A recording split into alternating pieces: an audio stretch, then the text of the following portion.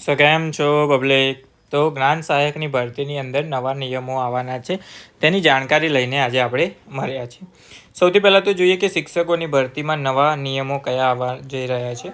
તો સૌથી પહેલાં તો જે છે એ છે ટાટ પાસ કરવાની જરૂર નથી, પગાર વય મર્યાદા વધારો થશે. એટલે કે અહીંયા 3 મોટી જાહેરાતો તમને જોવા મળી શકે છે કે ટાટ પાસ કર્યા વગર જ તમને જ્ઞાન સહાયકની અંદર નોકરી આપવામાં આવશે.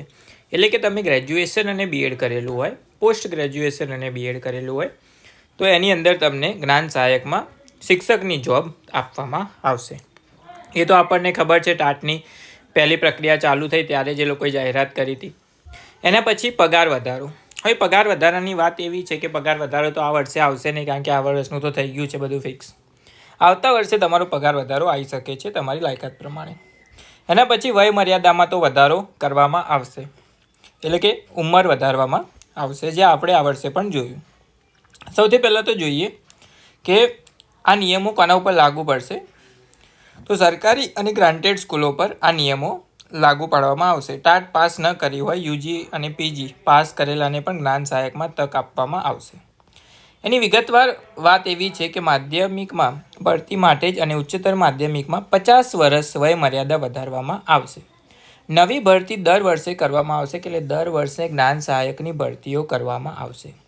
રાજ્યની શાળાઓ, માધ્યમિક શાળાઓ અને ઉચ્ચતર માધ્યમિક શાળાઓના પદોની ભરતી દર વર્ષે યોજાશે. માધ્યમિકમાં ભરતી માટે મહત્તમ લાયકાત ધોરણ મુજબ 48 સુધી અને ઉચ્ચતર માધ્યમિકમાં 50 સુધી નક્કી કરવામાં આવી છે. એટલે 48 વર્ષ 9-10માં અને ઉચ્ચતર માધ્યમિક એટલે 11-12માં તમે 50 વર્ષની ઉંમર સુધી પણ જ્ઞાન સહાયકનું ફોર્મ ભરી શકશો. એના પછી વય મર્યાદામાં તો સુધારો થયો જ છે.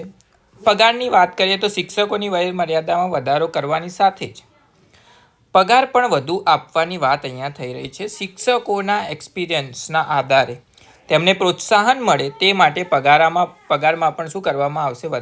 વધારો કરવામાં આવશે.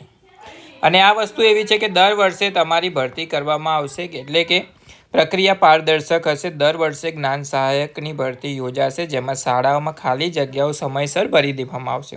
આ નિયમો શિક્ષણ વ્યવસ્થાને મજબૂત બનાવશે અને વિદ્યાર્થીઓને ગુણવત્તાવાળું શિક્ષણ મળી રહેશે. આ વર્ષે આપણે જોયું કે જુલાઈના એન્ડમાં અને ઓગસ્ટમાં જ્ઞાન સહાયકની ભરતી થઈ, પણ સત્ર તો ક્યારનું પણ ચાલુ થઈ ગયું હતું, જૂન મહિનામાં. તો એ વસ્તુમાં ધ્યાન રાખવામાં આવશે.